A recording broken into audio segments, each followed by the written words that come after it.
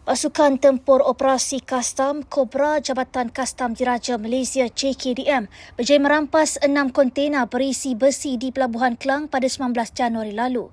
Pengarah Kastam KLIA Zulkifli Mohamad berkata, siasatan awal mendapati besi pelbagai saiz itu dipercayai dibawa dari sebuah negara di Asia. 6 kontena itu membawa muatan besi seberat 145,281 kilogram dan tidak memiliki permit import yang sah daripada Lembaga Pembangunan Industri Pembinaan. Katanya kes disiasat mengikut Seksyen 135-1-G Akta Kastam 1967 yang memperuntukkan denda atau penjara sehingga 5 tahun atau kedua-duanya sekali.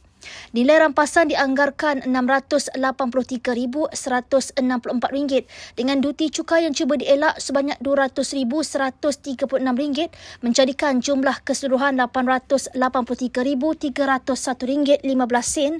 Modus operandi dikesan melibatkan periklaran tidak benar bagi mengelak keperluan permit import.